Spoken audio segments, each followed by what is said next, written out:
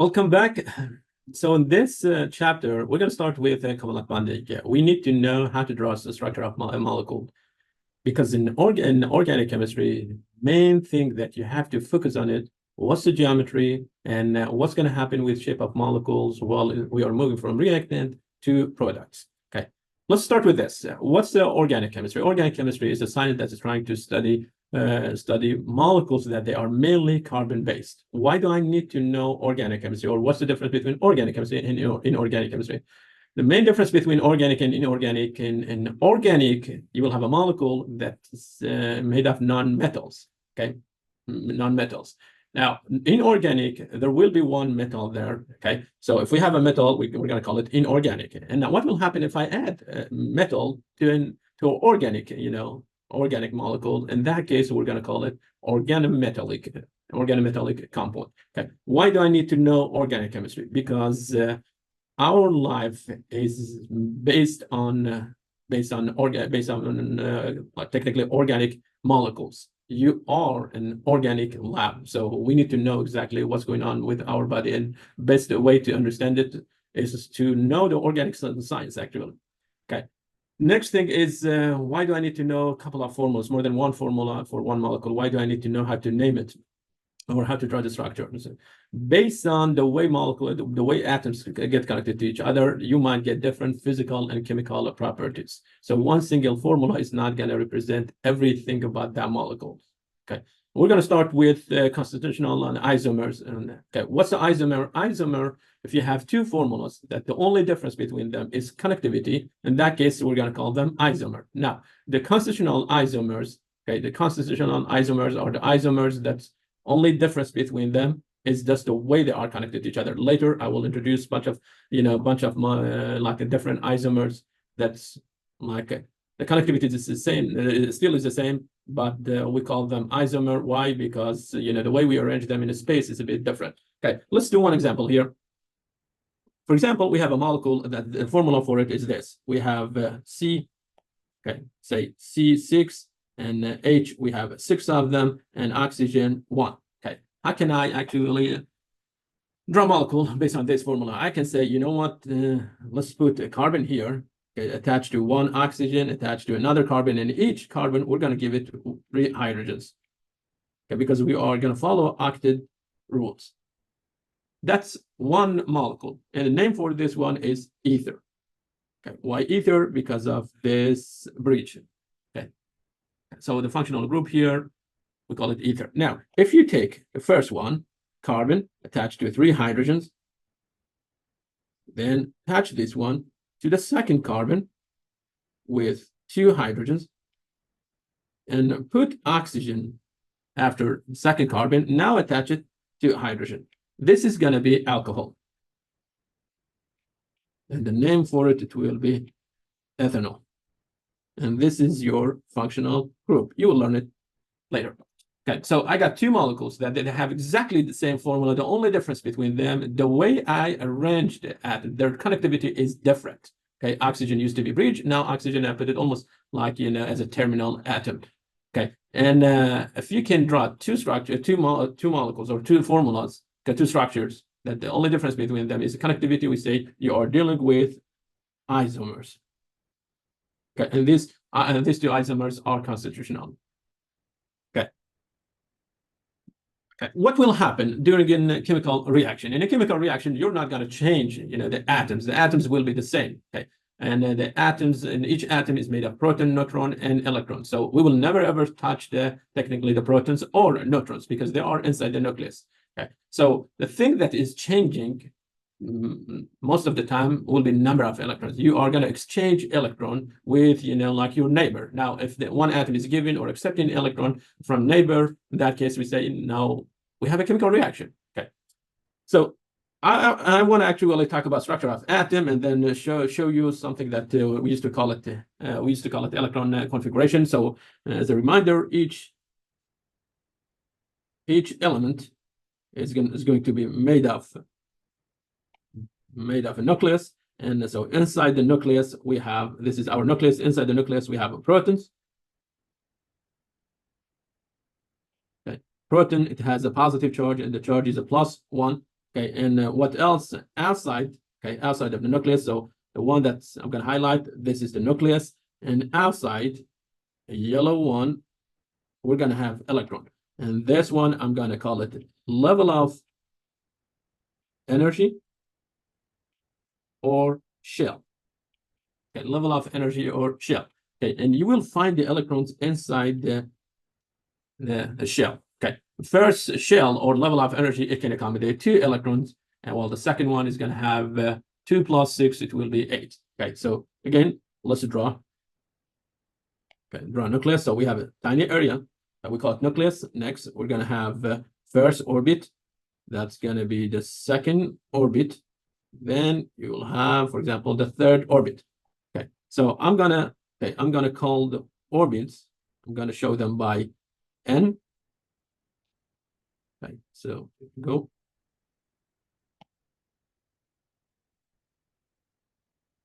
Okay, n. Okay, we're gonna call it level of energy or shell. Okay, you can call it also orbit.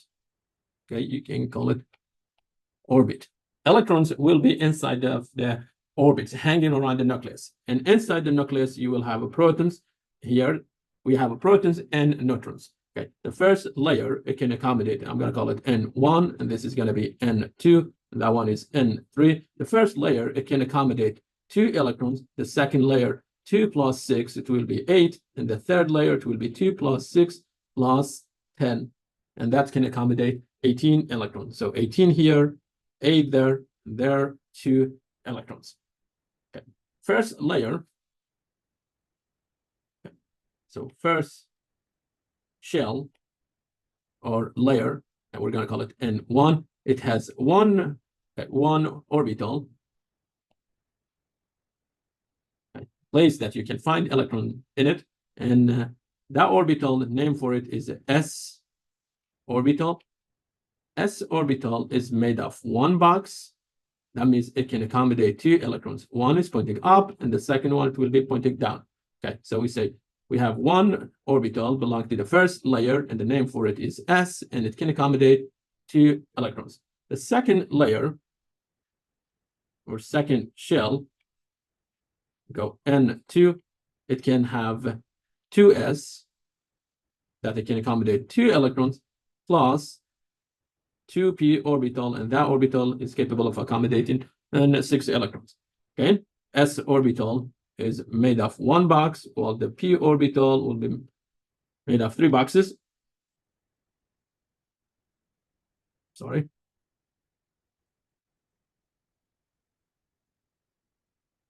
So we're going to put 2 electrons inside the first orbital, and then 1 electron in each p orbital, and the second one will be pointing down.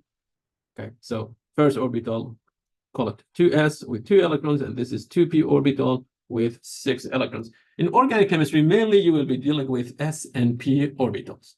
Okay, and why do I have 10 electrons here? Where did I get those 10 electrons? Because when you start the third layer, you're going to have 3s orbital plus 3p and 3d orbital. The 3s, it can accommodate 2 electrons, 3p 6, and 3d 10 electrons, and that totally will be equal to 18 electrons. Okay, so now let's go back to the slides. Okay, so we said in organic chemistry, we will be focusing on non-metals, mainly carbon, nitrogen, phosphorus, or oxygen. Okay, and the electrons are the one that we are going to follow. Okay, electron, it has a negative 1 charge and is exactly equal to the charge of 1 electron. I want to remind you what's the meaning of valence or core electrons. Okay. The way we distribute electrons inside orbital of each element, we call it electron configuration.